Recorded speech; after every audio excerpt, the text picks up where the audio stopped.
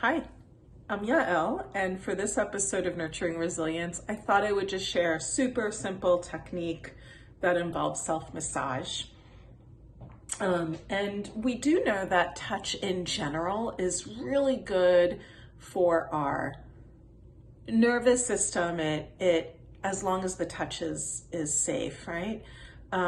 It does immediately get into the nervous system, particularly through the vagal nerve, which is the nervous system's brake pedal.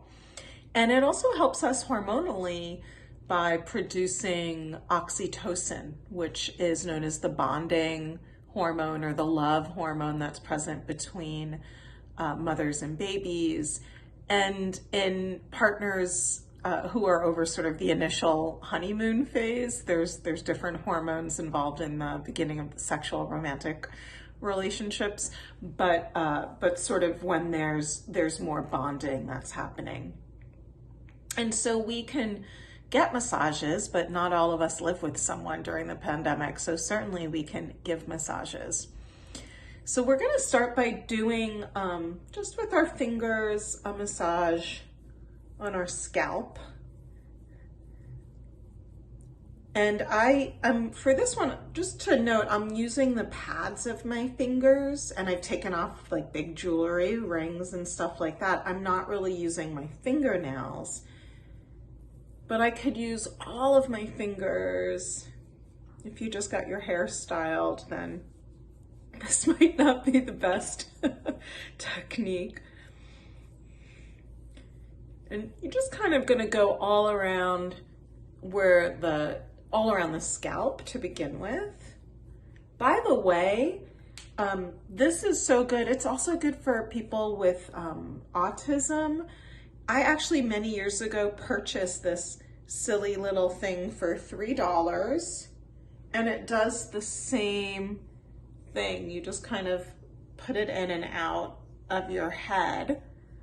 What I realized when I started to use this, and I do have a couple of clients that love these. I don't even remember what they're called, scalp massager, but your fingers are really just as good. And I do sort of wonder, in olden days where women used to brush their hair for 100 strokes before they went to bed, if maybe that was part of really relaxing the whole nervous system so that you would have better sleep. Okay, so you're gonna do that for as long as feels good. And then I like to kind of like rake from the center of the forehead out towards the temples. Just a few times like that. You could go up and down. In fact, you could do that right along sort of the scalp as well, especially if you have a part right in the middle. And then some people like to continue this almost like to doing like a heart, so that you're also going by sort of the temple, the cheek, and then the jaw.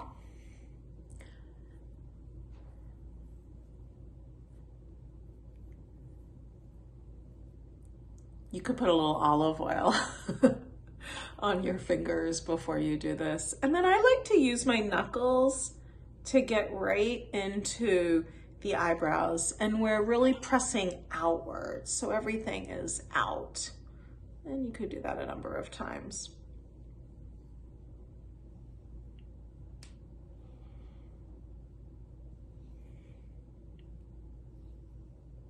Good. Feel free to come now to the ears. All the acupuncture points in your body ends at the ears. And so there's also plenty of kind of low cost acupuncture. Again, not during the pandemic, but auricular acupuncture, so that you don't have to have a private room, and you could just do the earlobes, but massaging them works just as well. I forgot to take off my earrings, so I can't really get so well to this part, but it's okay because there's great points at the very top.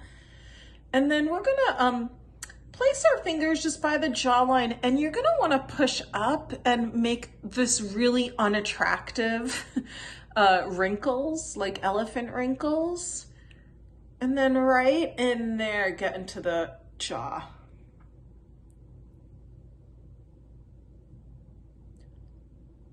Ooh. Where we also tend to hold a lot of tension.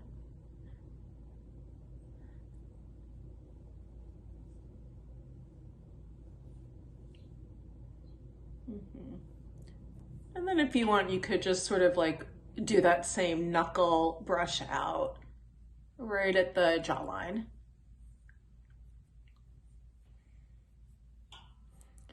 Okay, and then we'll come in, the vagus nerve also runs right by, like my face already feels super alive and good right now. The vagus nerve runs right down the back of the neck. So if you can feel that occiput, the bony ridge, go underneath there. You could just massage the back of the neck. And this is a nice one if someone else is around. And again, you might want to put on a little olive oil, coconut oil, almond oil, lotion. Although I like to tell my students, please do not use lotions on your skin that you wouldn't put in your mouth, because everything goes in through the skin into your body. So at the very least, no petroleum-based products. We try to keep it clean.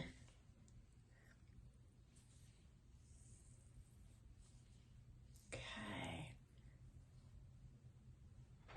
And then optional, you don't have to do this, but even just after that, we can just take one hand over the heart area and the other hand over the heart. So I'm doing more the spiritual heart rather than the physical heart, so I'm still in the center line. And as we take some breaths, we might become more aware of the effects of that massage. I love doing this one in the morning with my moisturizer, which is a bunch of oils actually that I make, both base oils and aromatherapy oils.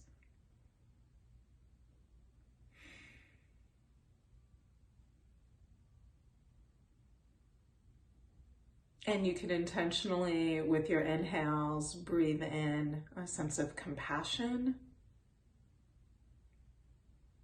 a sense of resilience, a sense of confidence. Reminding yourself that you're connected to all sorts of resources in the seen and invisible realms.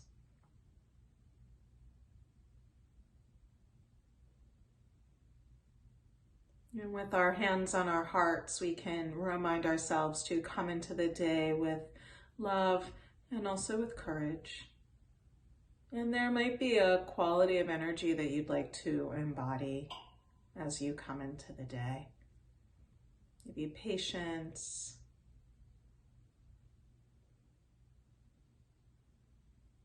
a sense of ease, or just giving yourself the space that you need today to pause and to check in.